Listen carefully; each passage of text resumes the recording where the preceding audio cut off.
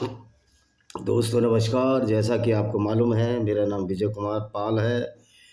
Officially Vijay Kumar लिखता हूँ। किताबें विजय कुमार पाल के नाम से हैं, जो कि मेरा सरनेम भी है। मेरी बहुत सारी किताबें हैं, 10 किताब लिखी हैं मैंने। 11वीं किताब भी लिख दी है, हिंदी में वो टाइप हो रही है। 12वीं किताब में लिख रहा हूँ। सारी किताबें ज़्यादातर उनका कॉन्टेक्स्ट है कि इस्लाम में किस तरह से गैर मुस्लिमों के साथ दुर्व्यवहार किया, किस तरह से जानवरों के साथ दुर्व्यवहार किया, और किस तरह से जो कुत्ता है, कुत्ते का पार्ट पहले हमने बताया था कल कुत्ते के बारे में। कुत्तों के भी खिलाफ किस तरह ये इस्लाम है, और किस तरह इस्लाम एक स्वार्थपरक सेल्फिश पर आधारित है, सेल्फिशनेस पर आधारित है। हर व्यक्ति जो इस्लाम को मानेगा वह सेल्फिश होगा। सेल्फिश इस मायने में कि वो गैर मुस्लिमों को जब तक कत्ल करता रहेगा जब तक वो इस्लाम कबूल ना कर लें। यानी इससे बड़ी स्वार्थपरकता क्या होगी। अगर वो इस्लाम कबूल करता है तो उनका दोस्त है, और वो इस्लाम इसलिए कबूल कराया जाता था मोहम्मद के ज़माने में, जिससे कि बहुत बड़ा गिरोह तैयार हो जाए जो यहूदियों को उस समय लूटता था। और स्वार्थपरकता इससे ज़्यादा क्या होगी, अगर कोई इस्लाम छोड़ता है तो उसको इस्लाम में मौत की सज़ा, उसको कत्ल करना है। ये इनकी किताबों में है। यानी कि भय भी इतना मोहम्मद को कि मुसलमान अगर एक भी नहीं रहा तो मेरे को ही ना ख़त्म कर दें, क्योंकि इन्होंने बहुत सारे लोगों को दुख दिया। इसकी विचारधारा से आज जितनों को दुख दिया जा रहा है उसका कोई अंत नहीं है, कोई सीमा नहीं है। असीमित रूप से जो दुख दर्द इस्लाम की गुंडागर्दी ने इस समाज को दिया, और जिन्होंने आज भी ईद पर भी ईद सेलिब्रेशन में उनकी बधाई दी, तो भाई इसी रमज़ान के महीने में कुरान आई थी जिसमें गैर मुस्लिमों को कत्ल करने की आयतें आई थी।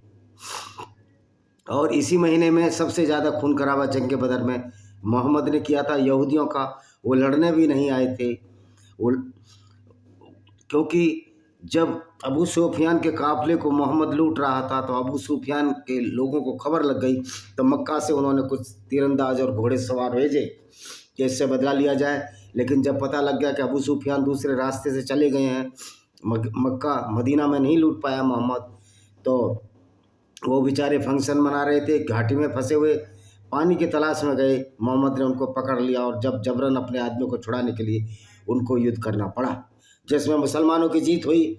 और बहुत खून खराबा इसी बात पर हुआ। जब कोई अपना काफिला ले जाता है तो क्या उसकी सुरक्षा नहीं करेगा। ये गलती तो लुटेरों की है, लेकिन मज़े की बात है कि इस्लाम एक वाहिद या ओनली द सिंगल ऐसा कल्ट है जिसमें परंपरागत लूट, जो कि डाकू किया करते थे, पेशेवर लुटेरे किया करते थे, तो उसका अल्लाह के नाम से जायज़ ठहरा दिया, जिसको माल गनीमत कहते हैं, और उसका 20% हिस्सा मोहम्मद और उसके रसूल का होता था। ये कुरान में आयत है। तो आज हम बात करेंगे कि कुत्तों को भी नहीं छोड़ा गया, कुत्तों के प्रति कितनी क्रूरता है, कुत्तों की प्रार्थना रद्द करना। अब इनकी हदीसों के बारे में चर्चा करेंगे। बुखारी खंड 1 वॉल्यूम 1 490 क्या कहती है आयशा बिन अबू बकर, जो इनकी वही पत्नी जो 6 साल की उम्र में 51 साल के बाबा ने शादी मचाई, और इसको भी सिद्ध करने की कोशिश करते हैं। उस समय और लड़कियां जवान हो जाती थी। ये होती पहली बात, तो लड़कियां जवान नहीं होती थी। 6 साल की उम्र में कौन जवान होगा। 9 साल की उम्र में जब इनके साथ इंटरकोर्स किया कौन जवान होगा। वो तो अच्छा है उसके बच्चे नहीं हुए, नहीं तो आयशा अबू बकर 9 साल की उम्र में ही दम तोड़ देती जब मोहम्मद ने उनसे इंटरकोर्स किया।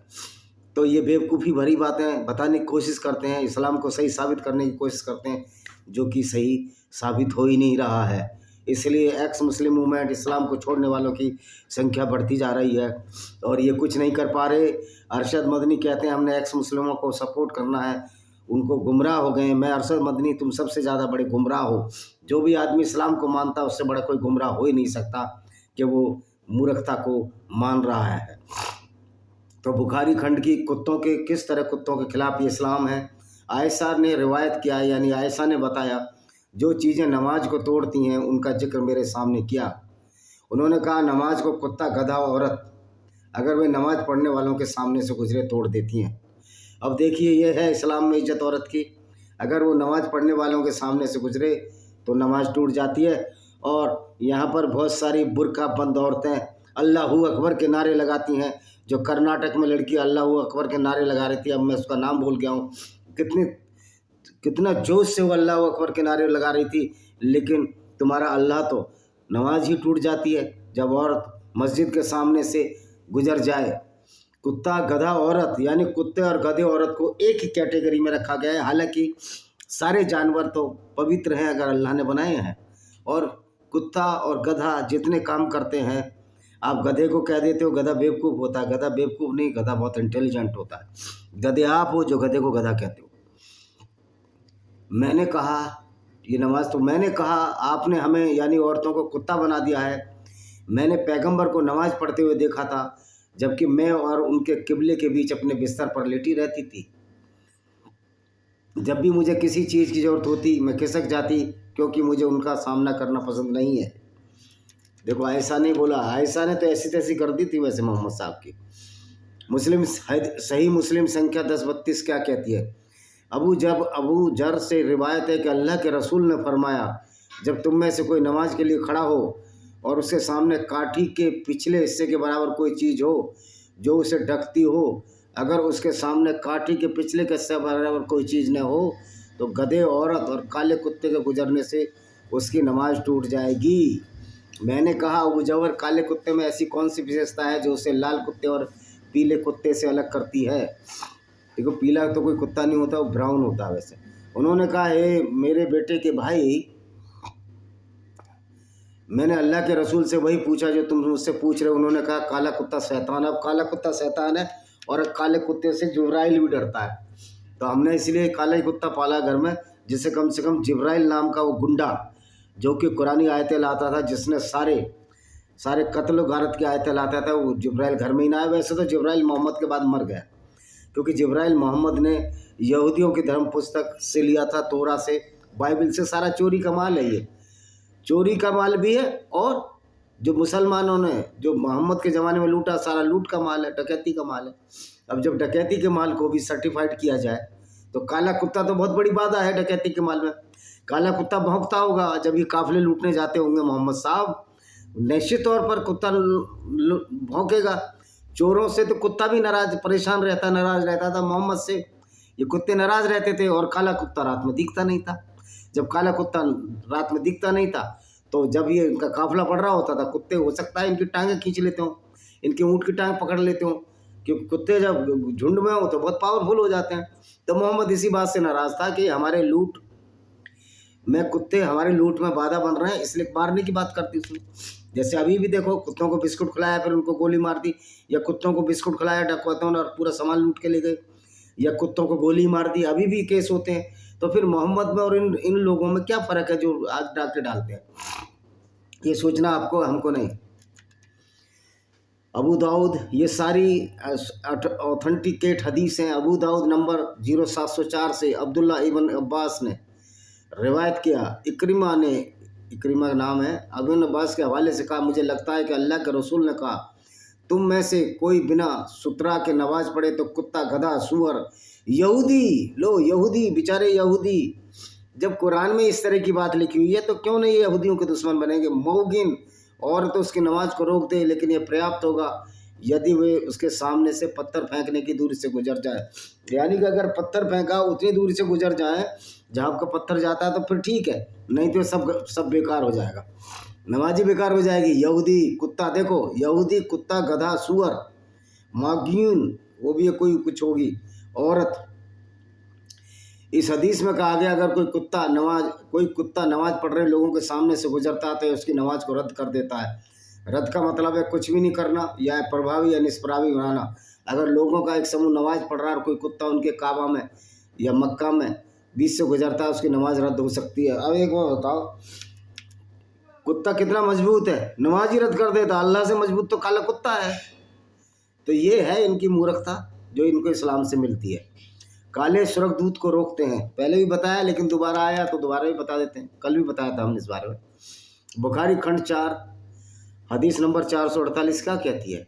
अबू तला ने रिवायत किया, मैंने अल्लाह के रसूल को यह कहते सुना, फरिश्ते उस घर में प्रवेश नहीं करते जिसमें कुत्ता हो या किसी जीवित प्राणी, मानव या पशु की तस्वीर हो।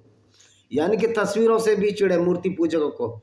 इसलिए मैं तो वही कहता हूँ कि इनके घर में फरिश्ते ही मत आने दो, जो इनका मोहल्ला है उसके सामने ही लगा दो, काले कुत्ते की फ़ोटो लगा दो, किसी प्राणी की, जिससे इनका फरिश्ता है नहीं, वैसे तो फरिश्ता ही नहीं रहा। और ये फरिश्ता क्या था? ये तो मौत का फरिश्ता था। जिब्रील मौत का फरिश्ता था, मौत का राक्षस था, जो ऐसी आयतें लाया जिससे गैर मुस्लिमों को कत्ल होना पड़ा। सही बुखारी खंड 7 843 क्या कहती है हदीस नंबर। सलीम के पिता ने बताया, एक बार जिब्राइल ने पैगंबर से मिलने का वायदा किया, लेकिन वह देरी कर गया। पैगंबर इस बात से चिंतित हो गए। अंत में वह बाहर आए और जिब्रील को ढूंढा और उनसे अपने दुख, उनकी देरी की शिकायत की। जिब्रील ने कहा, हम उस जगह में प्रवेश नहीं करते जहाँ कोई तस्वीर या कुत्ता हो। तो अब जिब्रील इसलिए तो नहीं आ रहा, पूरी दुनिया में कुत्ते फैले पड़े। और मैं तो कहता हूँ घर में एक कुत्ता जरूर पालो गैर मुस्लिम हो, जब से कम ये जिब्रील नाम का राक्षस हमारे घर में ना घुसने पाए, क्योंकि इस जिब्रील नाम के राक्षस की वजह से ही कुरान में ऐसी ऐसी आयतें आई जिससे कि गैर मुस्लिम को कत्ल करना, उनको लूटना, उनकी औरतों के साथ बलात्कार हुए। तो भाई ये जिब्रील नाम के राक्षस के लिए कुत्ता पालो जरूर, काला कुत्ता जरूर पालो। तो ये मूर्खतापूर्ण बातें हैं। मुस्लिम सही मुस्लिम 52-76 क्या कहती है। अबू हुरारा से वर्णित है कि अल्लाह के रसूल ने कहा, फरिश्ते उन यात्रियों के साथ नहीं चलते जिनके साथ कुत्ता और घंटी होती है। भाई घंटी और कुत्ता से मोहम्मद को इसलिए चिढ़ थी, जब कुत्ता और घंटी होगी और उनके काफिले जाएंगे तो मोहम्मद लूट नहीं पाते थे उनको। और क्या चिढ़े कुत्ते ने, मतलब वरना मोहम्मद का क्या बिगाड़ा था। इनका जो है इसलिए बिगाड़ा, बस मोहम्मद का यही था कि इनकी लूट पुट नहीं होती थी। और मोहम्मद जब अपनी पत्नियों से मिलने जाते होंगे रात के अंधेरे में, या मारी अलकिबत या जो इनकी रकील थी उससे मिलने जाते होंगे, तो काले कुत्ते ने लुंगी पुंगी खींच ली होगी। और इससे ज़्यादा कुत्ता बेचारा क्या कर सकता है, ज़्यादा से ज़्यादा काट सकता है। और फिर तुम तो पैगंबर थे, ये आया कर रेबीज हो जाती है इसलिए कुत्तों को। भाई तो रेबीज की दवा नहीं तुम्हारा अल्लाह बता पाया, यानी तुम्हारे अल्लाह में तो ताकत ही नहीं है। निर्जीव अल्लाह है जो मोहम्मद ने अपने फायदे के लिए गढ़ा था। ना मोहम्मद को कुछ अता पता लापता, गैब्रियल को जिब्रील बनाया, यहाँ पेश कर दिया, सारी आयतें, पूरी ज़िंदगी चोरी करते रहे और काफिलों को भी लूटते रहे। तो कौन सा ऐसा गलत काम था जो पैगंबर मोहम्मद ने नहीं किया, बता दो आप। अब अच्छा, ये सही मुस्लिम 52-79 क्या कहती है। अबू हुरैरा ने अल्लाह के पैगंबर को कहते सुना, घंटी शैतान का वाद्य यंत्र है। घंटी बजाना शैतान का वाद्य यंत्र है, इसलिए जब मंदिरों में घंटियाँ बजती हैं ना तो इन मुल्लों को बड़ी चिढ़ होती है, क्योंकि इनके हिसाब से तो शैतान है। सारे गंदे काम, सारे अच्छे काम शैतान कराता, और सारे गंदे काम शैतान कराए मुसलमानों को। औरतों को कत्ल, औरतों के साथ बलात्कार कराए, क्योंकि शैतान, तो शैतान कौन, फरिश्ता, जो इनका फरिश्ता वो हमारे लिए तो शैतान है। तो हमारे को तो इससे शैतान अच्छा है। जो कम से कम शैतान ने ये तो नहीं कहा कि गैर मुस्लिम को कत्ल करो, लेकिन तुम्हारा ये जो शैतानी फरिश्ता है जिसको तुम फरिश्ता कहते हो, वो तो जिब्रील कहता है पूरी दुनिया को कत्ल कर दो जो गैर मुस्लिम है। तो अब ये देखिए,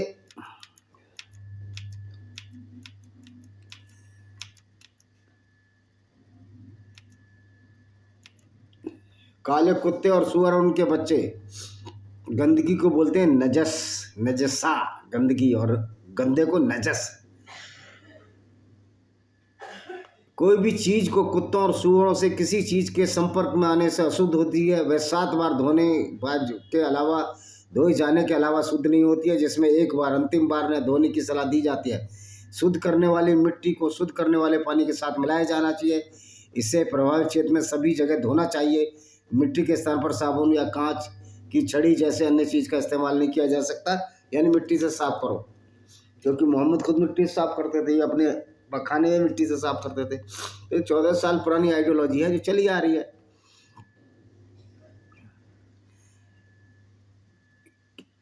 किसी ऐसी चीज़ का लेन देन अवैध है जो अपने आप में अशुद्ध हो, जैसे कि कुत्ता या किसी चीज़ जो गंदगी से प्रभावित हो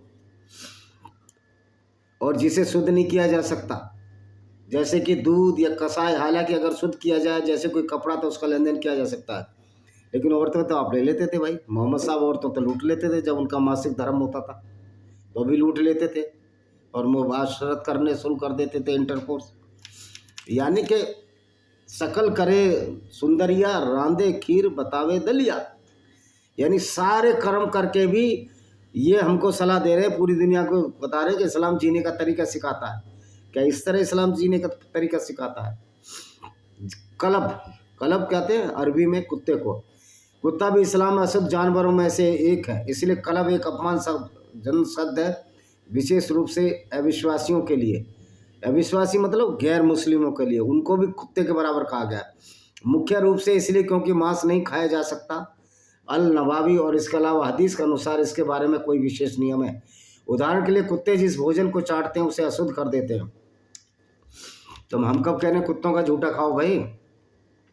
और अनुष्ठान शुद्धिकरण के उपयोग किए जाने वाले पानी को अनुपलब्ध कर देते हैं। इसी तरह बर्तन जिन्हें कुत्तों ने चाटा उसे कई बार साफ करने की आवश्यकता होती है, जिसमें एक बार रेत से भी साफ करना शामिल है। लेकिन एक चीज़ बता दूं, कुत्तों को कितनी गाली दे लो, कुत्तों की लार में 5 तरह के बैक्टीरिया पाए जाते हैं और इंसान की लार में 60 तरह के बैक्टीरिया पाए जाते हैं, यानी इंसान की लार ज़्यादा खतरनाक है। एक निश्चित तरीके से पूरे कमरे को अशुद्ध कर देते हैं जिसमें होते हैं, क्योंकि फरिश्ते उस घर में प्रवेश नहीं करते। और भाई जिब्राइल फरिश्ता अगर जब भी मर जाता जब मोहम्मद थे, तो ये गुंडागर्दी जो इस्लाम की है वो जिब्राइल फरिश्ता जो शैतान है उसकी वजह से आयतें फैली। तो जिब्राइल से बड़ा शैतान नहीं है काला कुत्ता, काला कुत्ता जिब्राइल से अच्छा है। मोहम्मद को पहले उस जगह पर शुद्धिकरण जल छिड़कना पड़ता था जहाँ एक छोटा कुत्ता छिपा हुआ था, इससे पहले कि जिब्रील उसके सामने प्रकट होते। पिल्ले से डर गया मोहम्मद का ये जो शैतानी फरिश्ता जिब्रील। कुत्ते नमाज को काट लेते हैं, यानी वो नमाज को बेकार कर देते हैं। इतनी कमज़ोर नमाज है तुम्हारी, बेकार हो जाती है। इस्लाम ज़रा ज़रा सी देर में ख़तरे में इसलिए आ जाता है। देखिए ये पुरानी किताबों में है, वर्णन है। कल मैं आदम सीकर का चैनल देख रहा था, उस नाम याद नहीं है, एक कह रहा उसमें यही इनकी सलाह हुई थी कि दूसरे धर्मों की कमियां को निकालो, दूसरी आइडियोलॉजी कमी निकालो, अपनी आइडियोलॉजी से ढकी रहे। इसलिए तो शोर मचाते हैं, सर तन से जुदा, सड़कों पे आ जाते हैं। ये उसी का अंग है जो इनको मदरसे में ट्रेनिंग दी जाती है। क्या आप अपनी मोहम्मद की कमियों की तरफ वो आएंगे ही नहीं, उनकी कमियां निकालो। मैं कहता हूँ अगर किसी धर्म में कमी है तो उससे इस्लाम तो सही साबित नहीं हो जाता, मोहम्मद तो साबित नहीं हो जाता, शरीफ व्यक्ति तो साबित नहीं हो जाता। वो रहेगा तो मोहम्मद काफिले लूटने ही वाला। अच्छा जी, कुत्ते से नमाज खराब हो जाती है। वैसे नमाज तो वैसे भी इंसान को खराब करती है। 17 बार नमाज में तुम गालियाँ ही देते हो गैर मुस्लिमों को, पूरी दुनिया में हमारा कब्जा हो, काफिरों पे हमारी जीत हो। और नमाज में पढ़ते क्या हो तुम? रकातों में यही तो पढ़ते हो, वो कुरान की आयतें तो पढ़ते हो, जो कि पूरी की पूरी गुंडागर्दी है। इस नियम को कुत्ते की अशुद्धता के कारण मानने की प्रवृत्ति और भी बढ़ जाती है, क्योंकि यह मासिक धर्म वाली महिलाओं के लिए भी लागू होता है। हालांकि अरब टिप्पणीकार से यह कहकर समझाते हैं कुत्ता उपासक को डराता है, उसे उसकी भक्ति से विचलित करता है, जैसा कि उधर इब्न माजरा चंडी टिप्पणी है। भाई कुत्ता तुम्हारी नमाज रोकता है, लेकिन तुमने तो मंदिर तोड़ के हमारी पूजा रोक दी। यहूदी तुमने तो औरतें तक को बलात्कार कर दिया, ये तो तुम्हारे इस्लाम में। कुत्ते से इतना डर है और तुम जो कुकर्म करते रहे मोहम्मद और उसके साथी, उसके बारे में कुछ नहीं बोलेंगे आप। तो इसके लिए इन्होंने एक फंडा है जो इनकी किताब में मिलता है कि अपने इतना शोर मचा दो कि आवाज़ दब जाए। भाई अभी पूरी दुनिया में तुम 20% ही हो, उससे ज़्यादा नहीं हो, और उसमें भी 6 करोड़ तो एक्स मुस्लिम है तुम्हारे। तो तुम हो कितने? 17-18% और 82% की आवाज़ दबाओगे तो ये दबेगा क्या? ना तुम्हारे पास कोई हथियार है, ना तुम्हारे पास कोई बुद्धि है, क्योंकि जो इस्लाम को पढ़ता है, जो कुरान को पढ़ता है, वो मूर्ख ही रहता है, वो समझदार तो हो ही नहीं सकता, वो लॉजिक की बात ही नहीं कर सकता। जैसे हम ये करते हैं कि हनुमान जी सूरज नहीं खा सकते, लेकिन क्या आपकी औकात है कि आप बोलो कि मोहम्मद ने चांद के 2 टुकड़े किए थे? मोहम्मद की औकात थी वो चांद के 2 टुकड़े कर लेता? जो व्यक्ति को ये नहीं पता है, वो जहर दे दिया यहूदी औरत ने और मर गया, मूता, कटोरा मंगाया, उसमें पेशाब किया और मर गए, तो वो औकात है कि चांद के 2 टुकड़े कर दे? से सारा झूठ के झूठ बोला गया है।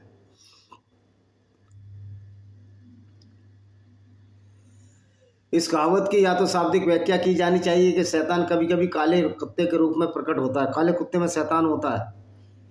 भैया काला कुत्ता सिर्फ काटता ही है।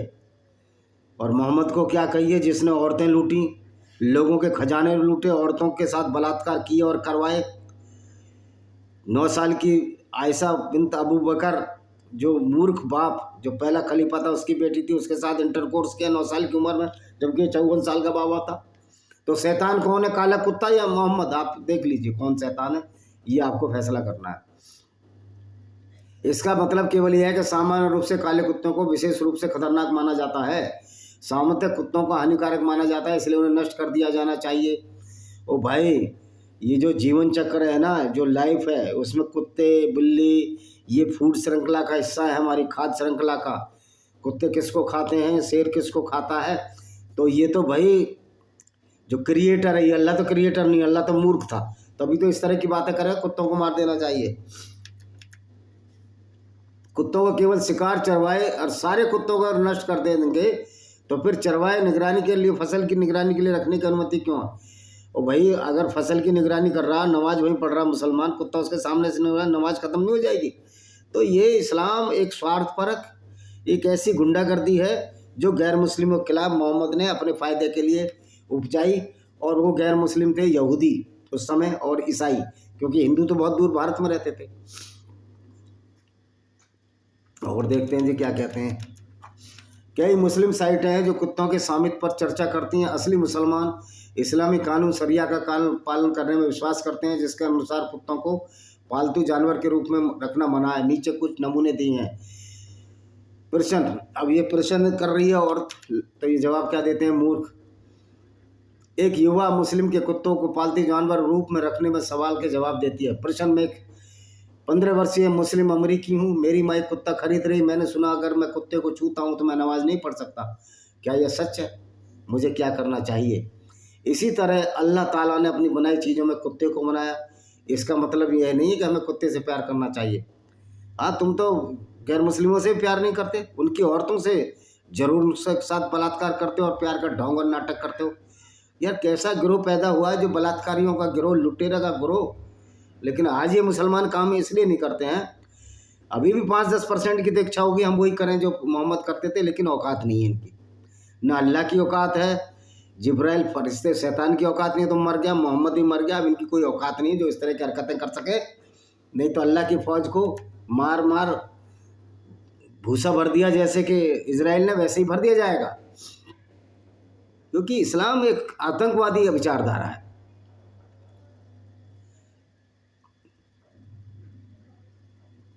इस ब्रह्मांड के निर्माता अल्लाह ताला, देखिए अल्लाह ताला ने तो ब्रह्मांड ने बनाए, तो बहुत बड़ा झूठ फैलाया गया है। मैंने कितनी बार बताया, कुत्ते को इस दुनिया में रहने के लिए मानवीय स्नेह प्रेम की आवश्यकता होती है। रसूलुल्लाह सल्लल्लाहु अलैहि वसल्लम ने हमें कुत्तों को पालतू जानवर के रूप में, ये अपनी मर्जी से कह रहा है। भाई हम तो वो हदीस पढ़ेंगे ना जिसमें साफ साफ कहा गया कुत्ता जो शैतान का रूप होता है। इन हदीसों में और दूसरी रिवायतों में रोशनी में कुत्तों को पालतू जानवर के तौर पर रखना जायज़ नहीं है। ऐसा करने से घर वाले अल्लाह ताला की रहमत से वंचित हो जाते हैं। मैं कहता हूँ अल्लाह ताला ही खुद नहीं है।